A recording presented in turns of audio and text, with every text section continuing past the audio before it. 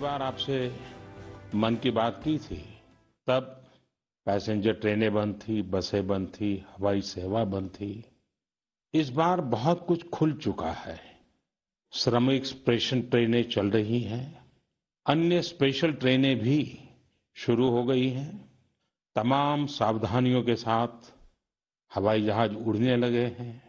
धीरे धीरे उद्योग भी चलना शुरू हुआ है। यानी अर्थव्यवस्था का एक बड़ा हिस्सा अब चल पड़ा है, खुल गया है। ऐसे में हमें और ज्यादा सतर्क रहने की आवश्यकता है। 2 गज की दूरी का नियम हो, मुंह पर मास्क लगाने की बात हो सके तो वहां तक घर में रहना हो, ये सारी बातों का पालन, उसमें जरा भी ढिलाई नहीं बरतनी चाहिए। देश में सबके सामूहिक प्रयासों से कोरोना के खिलाफ लड़ाई बहुत मजबूती से लड़ी जा रही है। जब हम दुनिया की तरफ देखते हैं तो हमें अनुभव होता है कि वास्तव में भारतवासियों की उपलब्धि कितनी बड़ी है। हमारी जनसंख्या ज्यादातर देशों से कई गुना ज्यादा है। हमारे देश में चुनौतियां भी भिन्न प्रकार की हैं, लेकिन फिर भी हमारे देश में कोरोना उतनी तेजी से नहीं फैल पाया जितना दुनिया के अन्य देशों में फैला।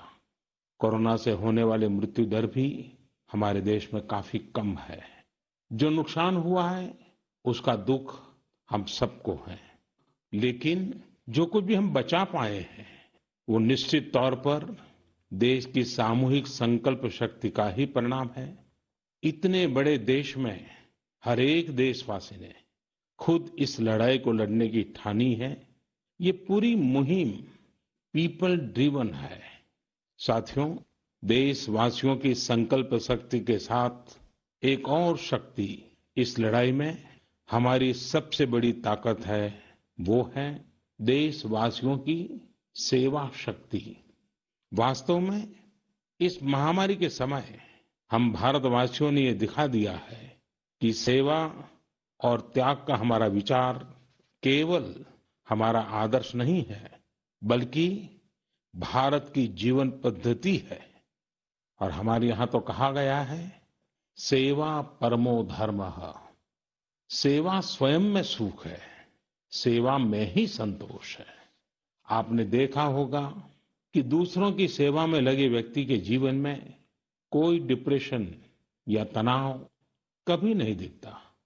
उसके जीवन में, जीवन को लेकर उसके नजरिए में भरपूर आत्मविश्वास, सकारात्मकता और जीवंतता प्रतिपल नजर आती है। साथियों, हमारे डॉक्टर्स, नर्सिंग स्टाफ, सफाई कर्मी, पुलिसकर्मी, मीडिया के साथी, ये सब जो सेवा कर रहे हैं उसकी चर्चा मैंने कई बार की है। मन की बात में भी मैंने उसका जिक्र किया है।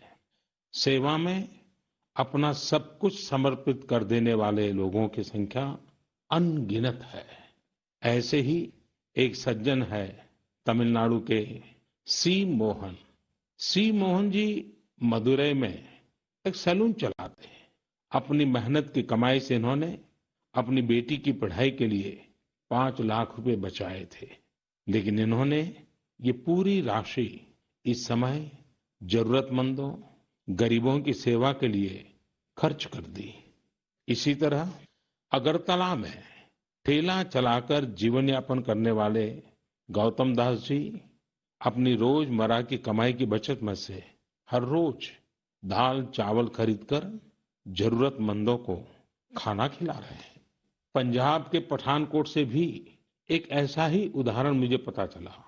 यहाँ दिव्यांग भाई राजू ने दूसरों की मदद से जोड़ी गई छोटी सी पूंजी से 3000 से अधिक मास्क बनवाकर लोगों में बांटे।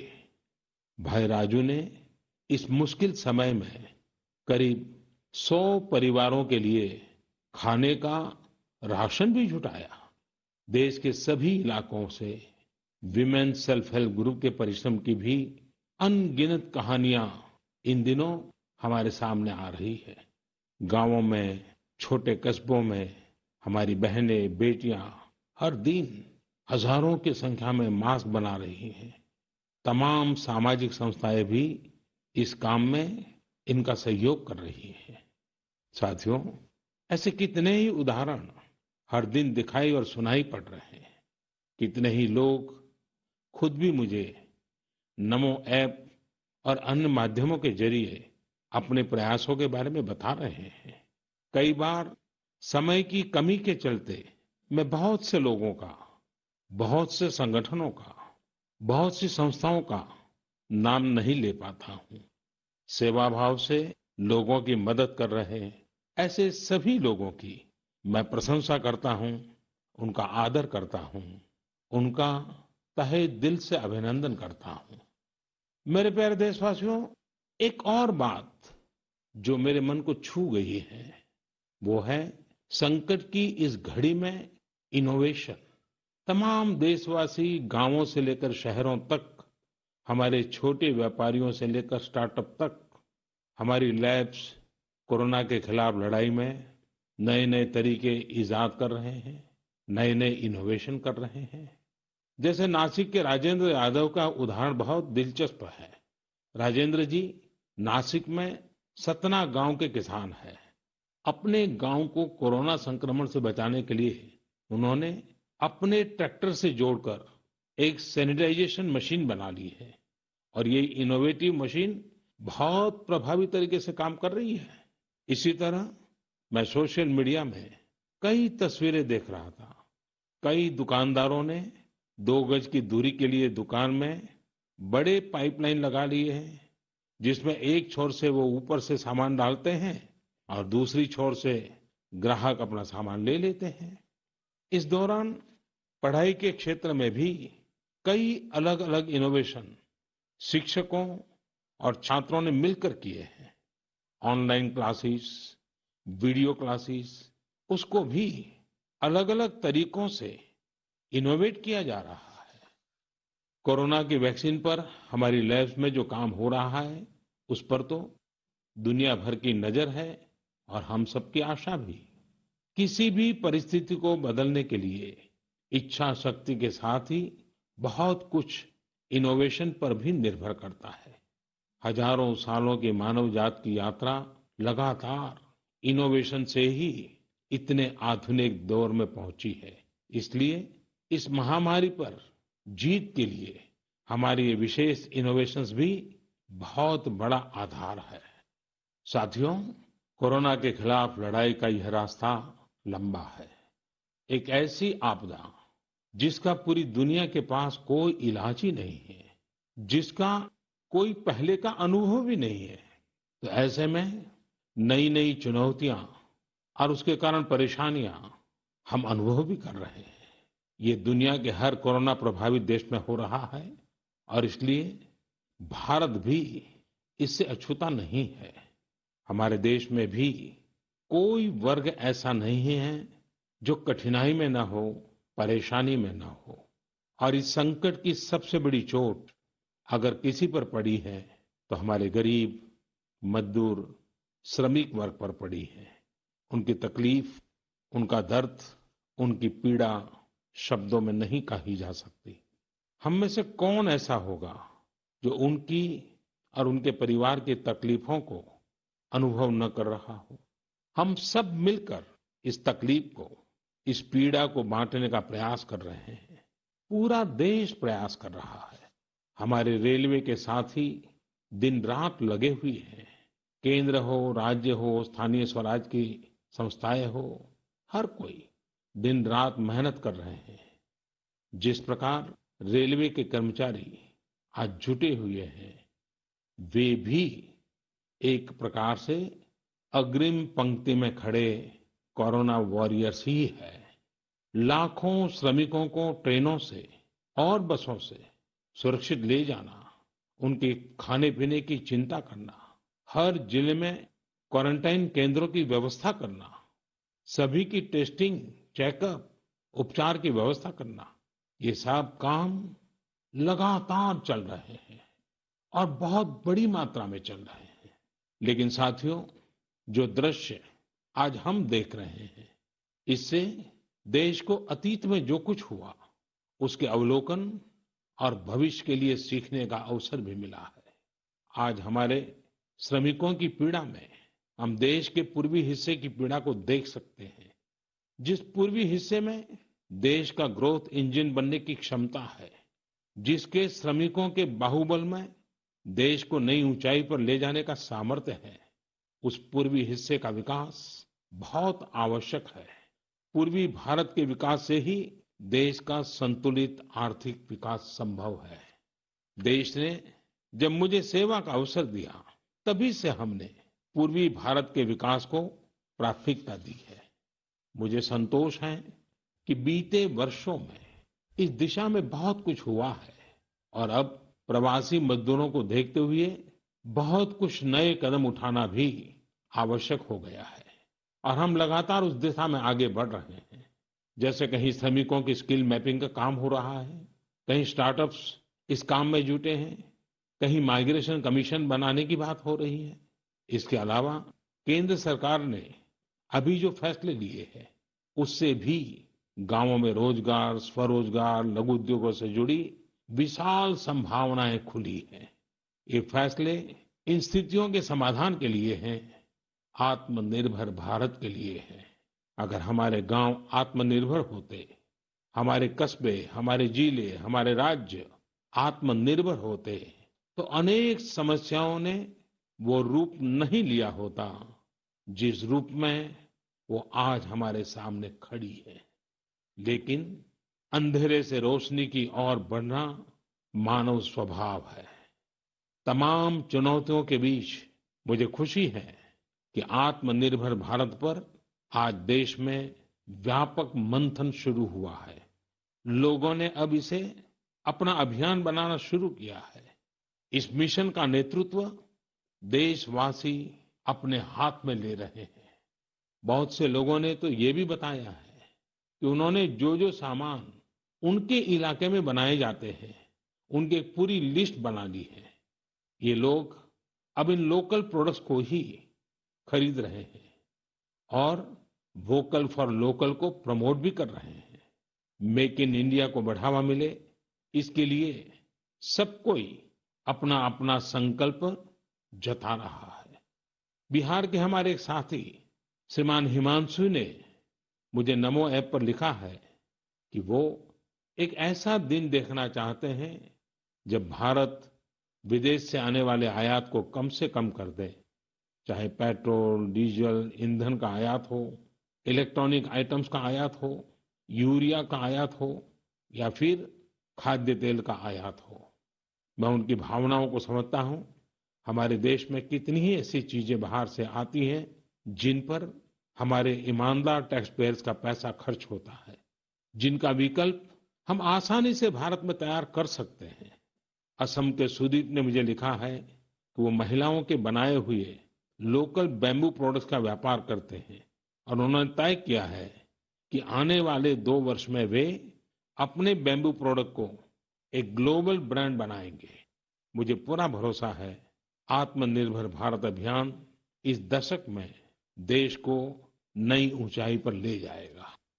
मेरे प्यारे देशवासियों, कोरोना संकट के इस दौर में मेरी विश्व के अनेक नेताओं से बातचीत हुई है, लेकिन मैं एक सीक्रेट जरूर आज बताना चाहूंगा।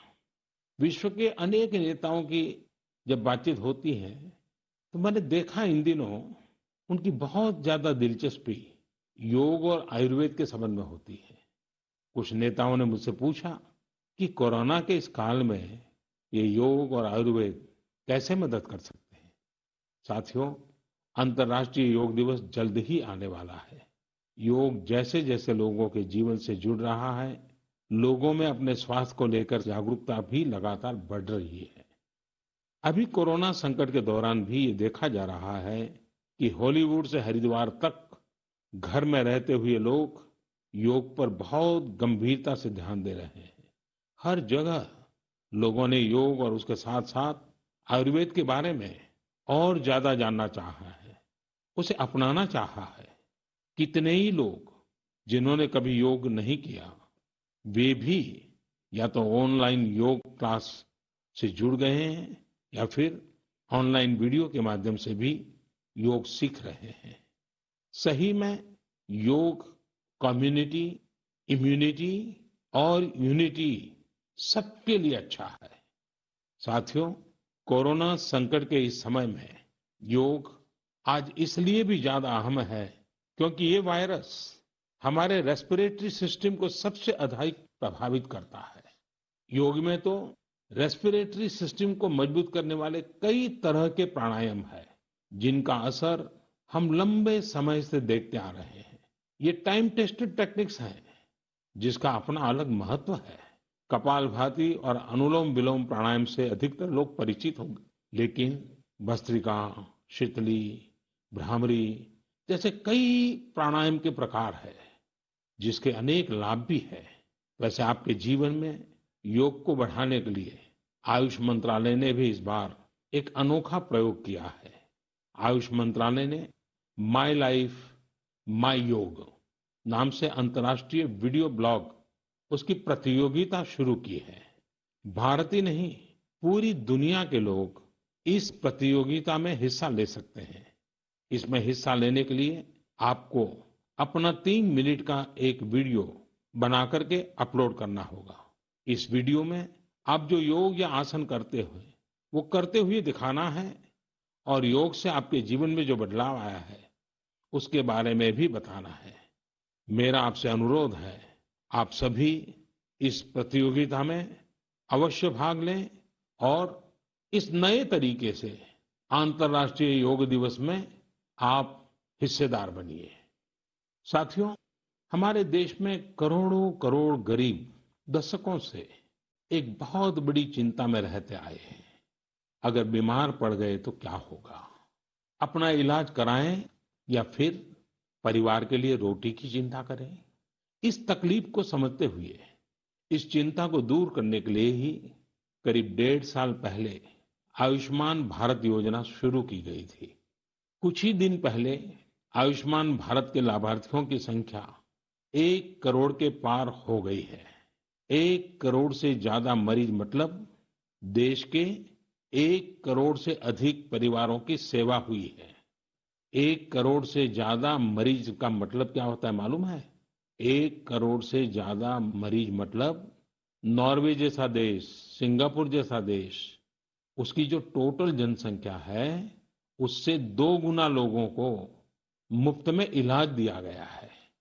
अगर गरीबों को अस्पताल में भर्ती होने के बाद इलाज के लिए पैसे देने पड़ते, इनका मुफ्त इलाज नहीं हुआ होता तो उन्हें एक मोटा मोटा अंदाज है करीब करीब 14,000 करोड़ रुपए से भी ज्यादा अपनी जेब से खर्च करने पड़ते। आयुष्मान भारत योजना ने गरीबों के पैसे खर्च होने से बचाए हैं। मैं आयुष्मान भारत के सभी लाभार्थियों के साथ साथ मरीजों का उपचार करने वाले सभी डॉक्टरों, नर्सेज और मेडिकल स्टाफ को भी बधाई देता हूं। आयुष्मान भारत योजना के साथ एक बहुत बड़ी विशेषता पोर्टेबिलिटी की सुविधा भी है। पोर्टेबिलिटी ने देश को एकता के रंग में रंगने में भी मदद की है। यानी बिहार का कोई गरीब अगर चाहे तो उसे कर्नाटका में भी वही सुविधा मिलेगी जो उसे अपने राज्य में मिलती। इसी तरह महाराष्ट्र का कोई गरीब चाहे तो उसे इलाज की वही सुविधा तमिलनाडु में मिलती। इस योजना के कारण किसी क्षेत्र में जहां स्वास्थ्य की व्यवस्था कमजोर है वहां के गरीब को देश के किसी भी कोने में उत्तम इलाज कराने की सहूलियत मिलती है। साथियों, आप ये जानकर हैरान रह जाएंगे कि 1 करोड़ लाभार्थियों में से 80% लाभार्थी देश के ग्रामीण इलाकों के हैं। इनमें भी करीब करीब 50% लाभार्थी हमारी माताएं, बहनें और बेटियां हैं। इन लाभार्थियों में ज्यादातर लोग ऐसी बीमारियों से पीड़ित थे जिनका इलाज सामान्य दवाओं से संभव नहीं था। इनमें से 70% लोगों की सर्जरी की गई है। आप अनुमान लगा सकते हैं कि कितनी बड़ी तकलीफों से इन लोगों को मुक्ति मिली है। मणिपुर के चुरा चांदपुर में 6 साल के बच्चे केलेनसांग, उसको भी इसी तरह आयुष्मान योजना से नया जीवन मिला है। केलेनसांग को इतनी छोटी उम्र में ब्रेन की गंभीर बीमारी हो गई। इस बच्चे के पिता दिहाड़ी मजदूर हैं और मां बुनाई का काम करती हैं। ऐसे में बच्चे का इलाज कराना बहुत कठिन हो रहा था। लेकिन आयुष्मान भारत योजना से अब उनके बेटे का मुफ्त इलाज हो गया है। कुछ इसी तरह का अनुभव पुडुचेरी की अमूर्था वल्ली जी का भी है। उनके लिए भी आयुष्मान भारत योजना संकट मोचक बनकर आई है। अमूर्था वल्ली जी के पति की हार्ट अटैक से दुखद मृत्यु हो चुकी है। उनके 27 साल के बेटे जीवा को भी हार्ट की बीमारी थी। डॉक्टर्स ने जीवा के लिए सर्जरी की सलाह दी थी, लेकिन दिहाड़ी मजदूरी करने वाले जीवा के लिए अपने खर्च से इतना बड़ा ऑपरेशन करवाना संभव ही नहीं था। लेकिन अमूर्था वल्ली ने अपने बेटे का आयुष्मान भारत योजना में रजिस्ट्रेशन करवाया और 9 दिनों बाद बेटे जीवा के हार्ट की सर्जरी भी हो गई। साथियों, मैंने आपको सिर्फ 3-4 घटनाओं का जिक्र किया। आयुष्मान भारत से तो ऐसी 1 करोड़ से अधिक कहानियां जुड़ी हुई है। ये कहानियां जीते जागते इंसानों की हैं। दुख तकलीफ से मुक्त हुए हमारे अपने परिवारजनों की है। आपसे मेरा आग्रह है, कभी समय मिले तो ऐसे व्यक्ति से जरूर बात करिएगा जिसने आयुष्मान भारत योजना के तहत अपना इलाज कराया हो। आप देखेंगे कि जब एक गरीब बीमारी से बाहर आता है तो उसमें गरीबी से लड़ने की भी ताकत नजर आने लगी है। और मैं हमारे देश के ईमानदार टैक्स पेयर से कहना चाहता हूं, आयुष्मान भारत योजना के तहत जिन गरीबों का मुफ्त इलाज हुआ है, उनके जीवन में जो सुख आया है, संतोष मिला है, उस पुण्य के असली हकदार आप भी हैं। हमारा ईमानदार टैक्स पेयर भी इस पुण्य का हकदार है। मेरे प्यारे देशवासियों, एक तरफ हम महामारी से लड़ रहे हैं तो दूसरी तरफ हमें हाल में पूर्वी भारत के कुछ हिस्सों में प्राकृतिक आपदा का भी सामना करना पड़ा है। पिछले कुछ हफ्तों के दौरान हमने पश्चिम बंगाल और उड़ीसा में सुपर साइक्लोन अम्फान का कहर देखा। तूफान से अनेकों घर तबाह हो गए, किसानों को भी भारी नुकसान हुआ। हालात का जायजा लेने के लिए मैं पिछले हफ्ते उड़ीसा और पश्चिम बंगाल गया था। पश्चिम बंगाल और उड़ीसा के लोगों ने जिस हिम्मत और बहादुरी के साथ हालात का सामना किया है, प्रशंसनीय है। संकट की इस घड़ी में देश भी हर तरह से वहां के लोगों के साथ खड़ा है।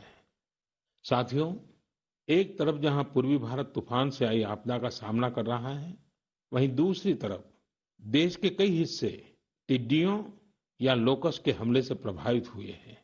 इन हमलों ने फिर हमें याद दिलाया है कि ये छोटा सा जीव कितना नुकसान करता है। टिड्डी दल का हमला कई दिनों तक चलता है। बहुत बड़े क्षेत्र पर इसका प्रभाव पड़ता है। भारत सरकार हो, राज्य सरकार हो, कृषि विभाग हो, प्रशासन भी इस संकट के नुकसान से बचने के लिए, किसानों की मदद करने के लिए आधुनिक संसाधनों का भी उपयोग कर रहा है। नए नए आविष्कार की तरफ भी ध्यान दे रहा है। और मुझे विश्वास है कि हम सब मिलकर के हमारे कृषि क्षेत्र पर ये जो संकट आया है, उससे भी लोहा लेंगे, बहुत कुछ बचा लेंगे। मेरे प्यारे देशवासियों, कुछ दिन बाद ही 5 जून को पूरी दुनिया विश्व पर्यावरण दिवस मनाएगी। विश्व पर्यावरण दिवस पर इस साल की थीम है बायोडायवर्सिटी, यानी जैव विविधता। वर्तमान परिस्थितियों में यह थीम विशेष रूप से महत्वपूर्ण है। लॉकडाउन के दौरान पिछले कुछ हफ्तों में जीवन की रफ्तार थोड़ी धीमी जरूर हुई है, लेकिन इससे हमें अपने आसपास प्रकृति की समृद्ध विविधता को, जैव विविधता को करीब से देखने का अवसर भी मिला है। आज कितने ही ऐसे पक्षी जो प्रदूषण और शोर शराबे में ओझल हो गए थे, सालों बाद उनकी आवाज को लोग अपने घरों में सुन रहे हैं। अनेक जगहों से जानवरों के उन्मुक्त विचरण की खबरें भी आ रही है। मेरी तरह आपने भी सोशल मीडिया में जरूर इन बातों को देखा होगा, पढ़ा होगा। बहुत लोग कह रहे हैं, लिख रहे हैं, तस्वीरें साझा कर रहे हैं कि वो अपने घर से दूर दूर पहाड़ियां देख पा रहे हैं, दूर दूर जलती हुई रोशनी देख रहे हैं। इन तस्वीरों को देखकर कई लोगों के मन में ये संकल्प उठा होगा, क्या हम उन दृश्यों को ऐसे ही बना रख सकते हैं? इन तस्वीरों ने लोगों को प्रकृति के लिए कुछ करने की प्रेरणा भी दी है। नदियां सदा स्वच्छ रहें, पशु पक्षियों को भी खुलकर जीने का हक मिले, आसमान भी साफ सुथरा हो, इसके लिए हम प्रकृति के साथ तालमेल बिठाकर जीवन जीने की प्रेरणा ले सकते हैं। मेरे प्यारे देशवासियों, हम बार बार सुनते हैं, जल है तो जीवन है, जल है तो कल है, लेकिन जल के साथ हमारी जिम्मेवारी भी है। वर्षा का पानी, बारिश का पानी, ये हमें बचाना है, एक एक बूंद को बचाना है। गांव गांव वर्षा के पानी को हम कैसे बचाएं?